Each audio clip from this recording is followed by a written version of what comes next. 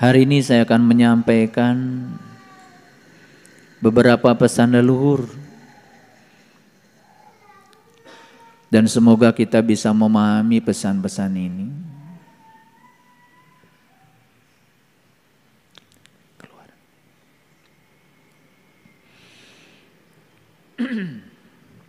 Pesan yang pertama,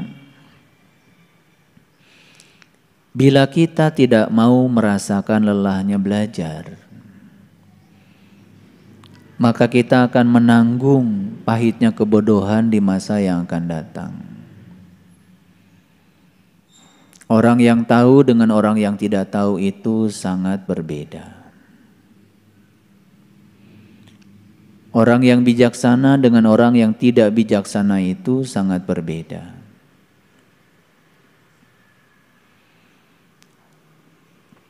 Bung Karno pernah menyatakan, kalau kamu lunak di masa kini, maka masa tuamu akan menjadi keras.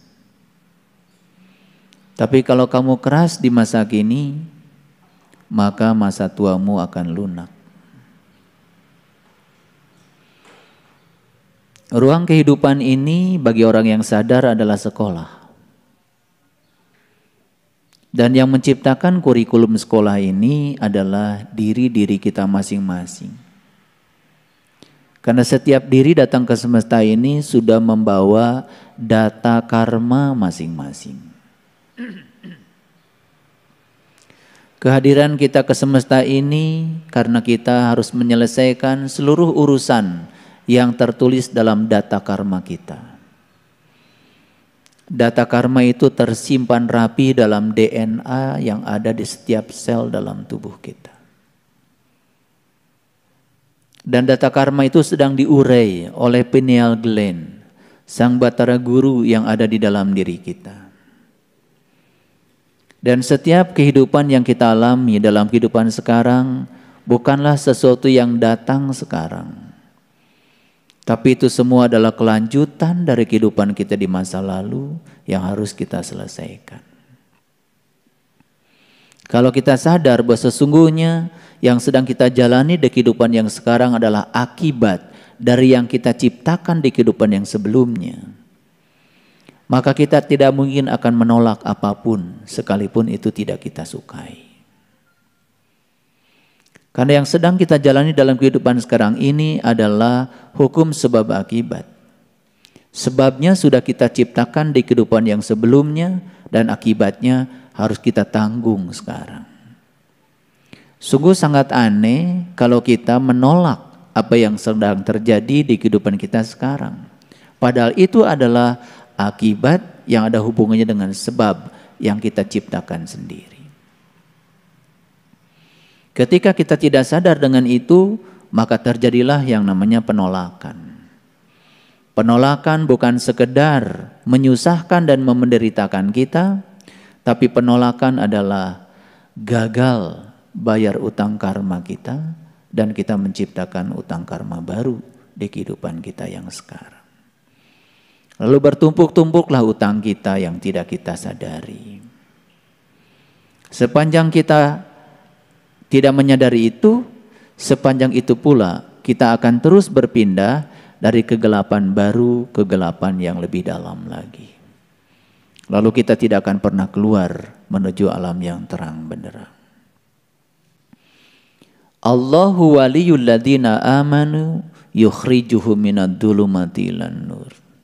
Itu sebabnya ketika kita menyadari kehadiran Allah dan kita tidak pernah menolak apapun yang terjadi karena kita yakin di belakang itu ada kehadirannya, maka kita sesungguhnya sedang mengantarkan kita minad dhulumati ilan nur, dari kegelapan kepada cahaya.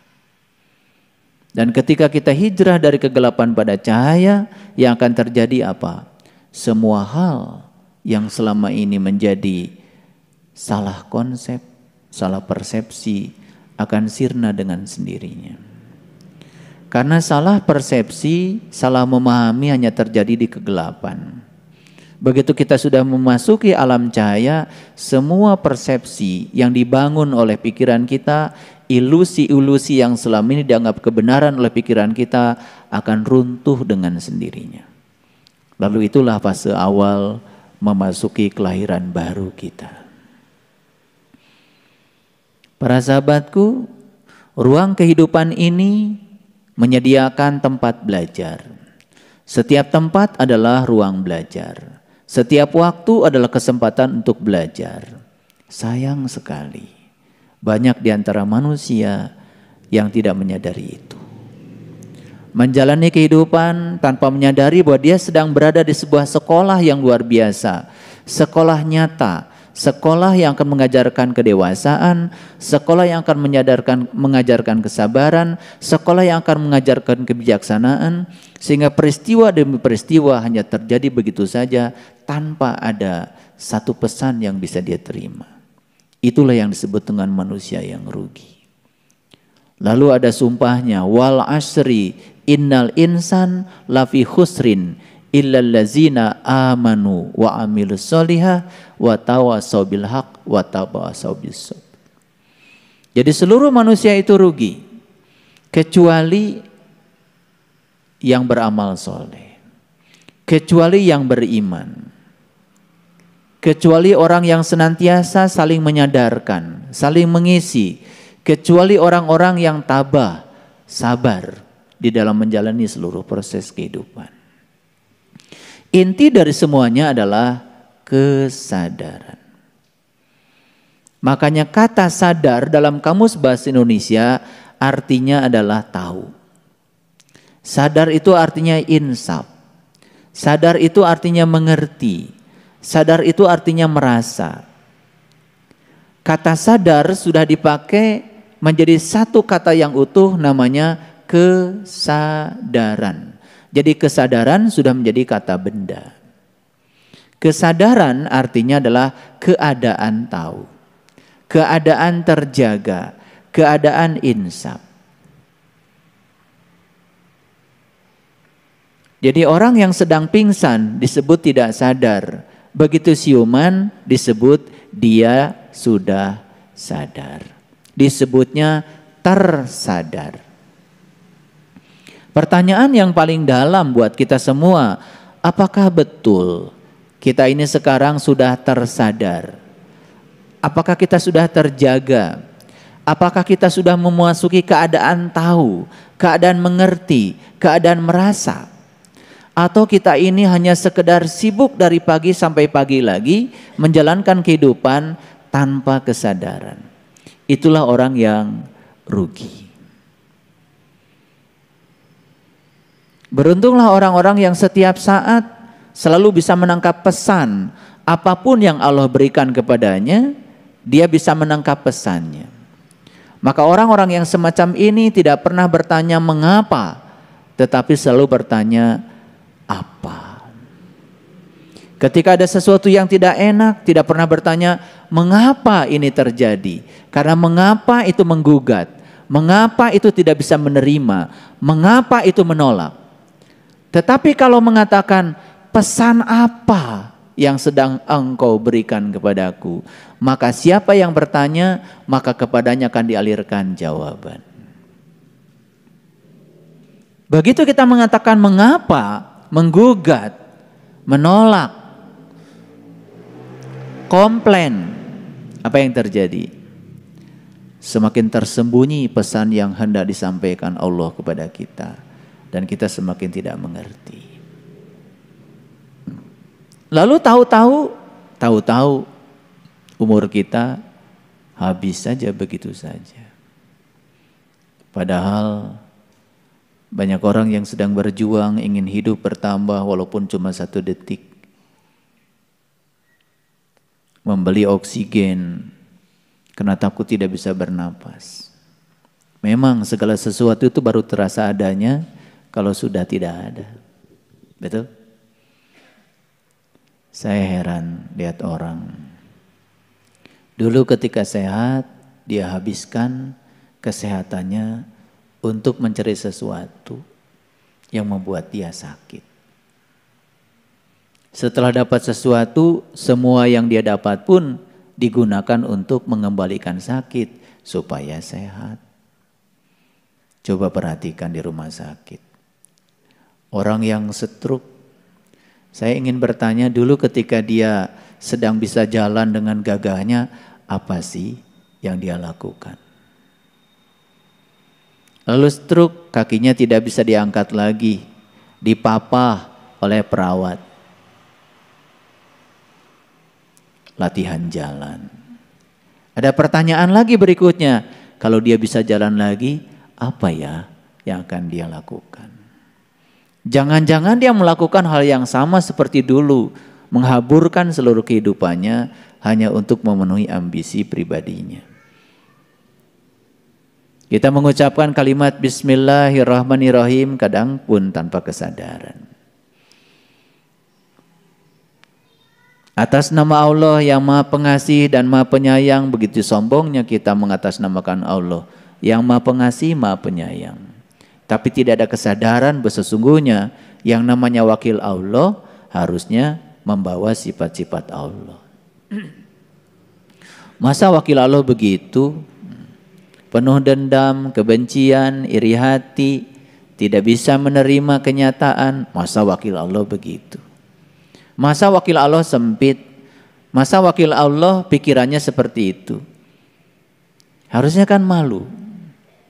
Tetapi karena dari kecil kita sudah didogma, apapun yang mau kita kerjakan, mulai saja dengan kalimat Bismillahirrahmanirrahim. Lalu itu menjadi kebiasaan. Lalu kita menjadi robot saja tanpa kesadaran. Betul apa tidak?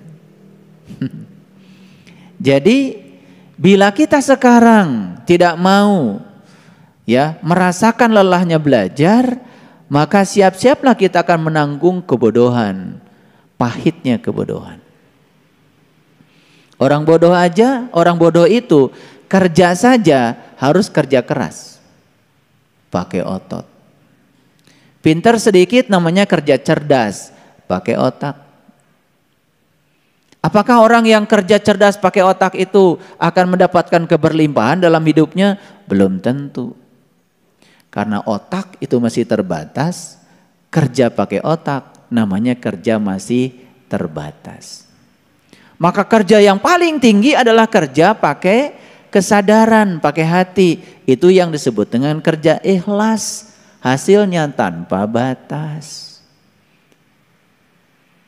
Jadi dari kerja keras masuk pada kerja cerdas, masuk pada kerja ikhlas, memang tidak mudah membalikan telapak tangan. Karena kita harus mampu menghilangkan semua kebodohan. Bodoh kok dipelihara. Yang luar biasa itu orang bodoh tetapi merasa dirinya tahu. Padahal dia tidak tahu, cuma dia tidak tahu bahwa dia tidak tahu. Dibungkuslah dengan kain-kain kehormatan yang membuat dia tambah bodoh. Karena dia dalam keadaan tertutup. Tidak mau mendengar orang lain. Tidak mau menerima gagasan orang lain. Selalu merasa dirinya paling benar. Makanya lihat orang yang semacam itu. Insting untuk berdebatnya luar biasa. Insting untuk menunjukkan pada orang lain bahwa dirinya paling benar juga luar biasa. Bahkan kadang-kadang mencari pasukan untuk menyatakan dirinya paling benar. Masih gitu apa tidak? Kalau masih gitu berarti masih bodoh. Ya? Sampai pada titik kesadaran tertentu kita akan menemukan bahwa sebetulnya hidup itu bukan lagi perjuangan, tapi hidup itu adalah hubungan cinta. Kalau kita sudah bisa melihat hidup itu hubungan cinta, hidup bukan perjuangan, maka untuk mendapatkan sesuatu sebesar apapun tidak perlu penuh perjuangan. Itulah yang disebut dengan fid dunya hasanah wa fil akhirati hasanah. Udah hasanah dua-duanya. Ya.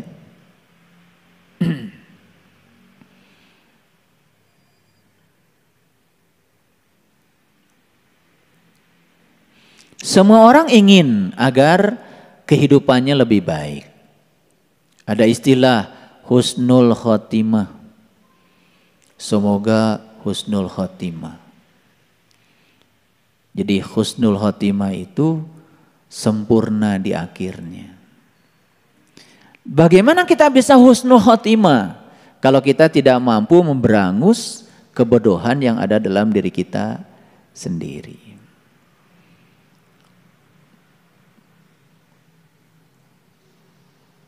Sepanjang diri kita hanya mengizinkan menjadi robot, sibuk tanpa kesadaran, hanya menjadi robot biologis, sepanjang itu pula kita tidak akan pernah meningkat kesadarannya. Udah berpengalaman bukan?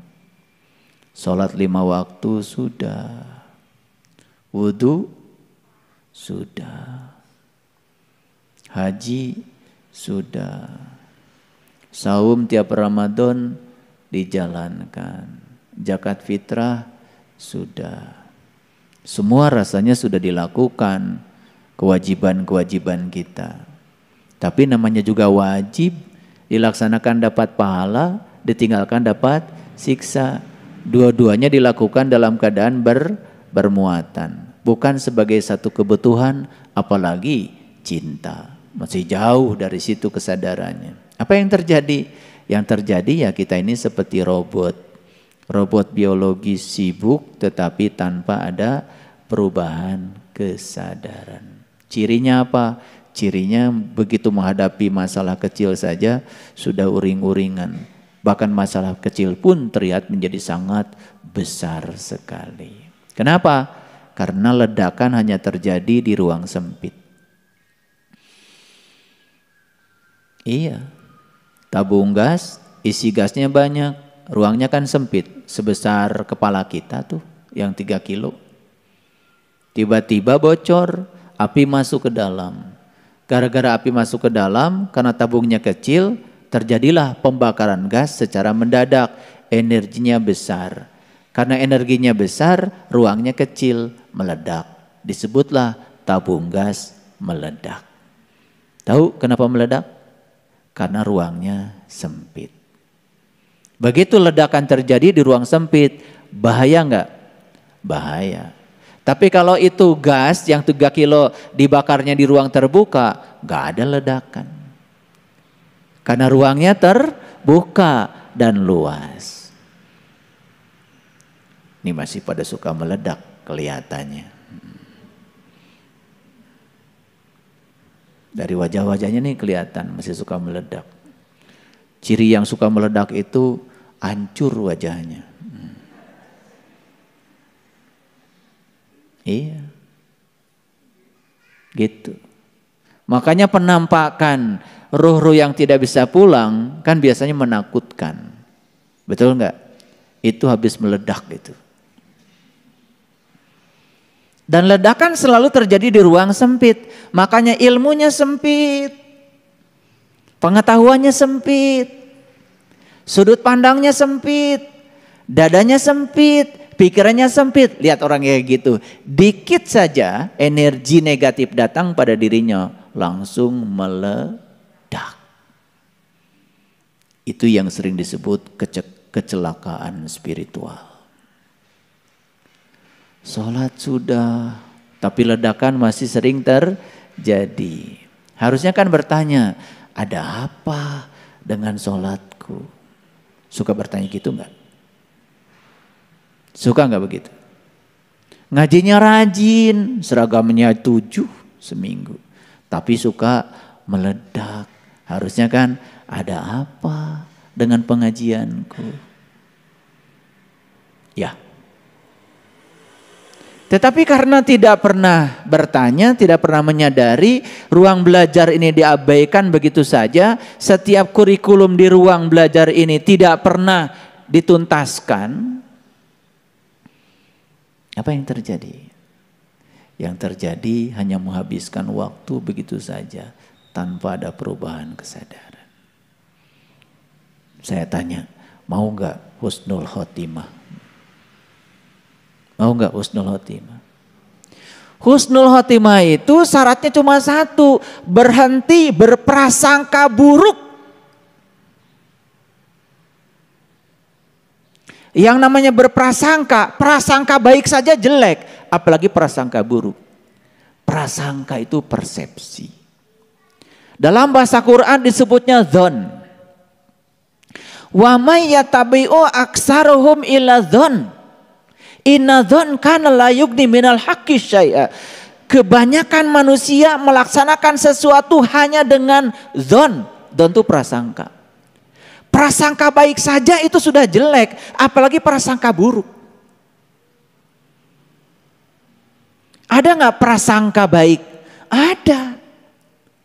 Persepsi, ilusi pikiran yang dianggap kebenaran itu juga prasangka. Cuman kategorinya prasangka baik. Jadi kalau prasangka yang baik saja jelek, apalagi yang jelek. Bagaimana bisa husnul khotimah kalau apapun yang kita lakukan cuman atas dasar prasangka. Prasangka itu bahasa Qur'annya dzon. Dan Quran mengatakan wa may yatabi'u aksaruhum. Kebanyakan manusia 99% dalam kehidupannya menjalankan sesuatu hanya dengan prasangka. Jadi prasangka itu kalau bahasa orang Jakarta itu kali aja. Sholatmu diterima nggak sama Allah? Kali aja.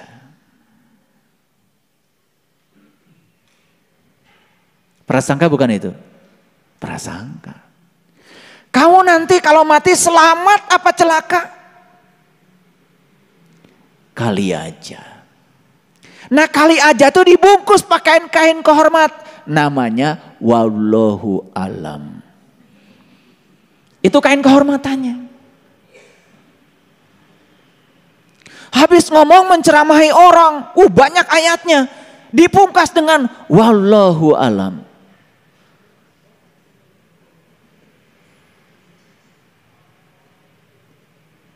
Berlindung yang paling kelihatan terhormat adalah berlindung kepada Allah. Makanya suka ada kata-kata begini kan, kalau salah dari diri saya, kalau benar dari diri Allah. Jadi kamu dari tadi ngomong yang menurut kamunya berarti salah semua dong. Betul nggak? Kan suka ada begitu bahasa-basinya kan, yang benar dari Allah, yang salah dari saya. Lo kan dari tadi yang ngomong kamu. Berarti yang kamu omongkan ya salah semua.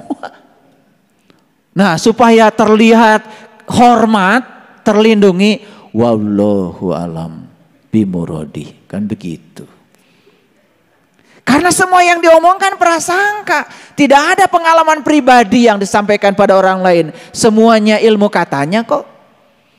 Jadi prasangka itu bahasa Inggrisnya susuganan. Tahu ya? Lah kalian ini kan mantan-mantan susuganan dari dulu, ya toh? Iya. Kumangke. Itu prasangka, yang baik saja sudah jelek apalagi yang buruk. Bagaimana Anda bisa husnul khotimah, ingin baik di akhirnya? Masih menggunakan prasangka. Jadi kalau ingin husnul khotimah, bebaskan dirimu dari prasangka. Bebas dari prasangka itu yang disebut dengan iman. Iman boleh diartikan percaya, boleh believe, be. Kamu harus menjadi, ya menjadi. Kalau ingin mengimani imannya Musa, ya harus menjadi Musa. Kalau ingin mengimani imannya Ibrahim, harus menjadi Ibrahim. Learning to be. Menjadi, kalau menjadi ya mengalami, kalau mengalami bebas dari prasangka. Jadi nggak husnul khotimah? Jadi. Kebalikan husnul khotimah apa tuh? Su'ul khotimah. Pinter-pinter ya ini bahasa Arabnya ya. Jelek di akhirnya. Jadi artinya sepanjang kita beragama pakai prasangka, jelek di akhirnya. Paham? Ya? Oke.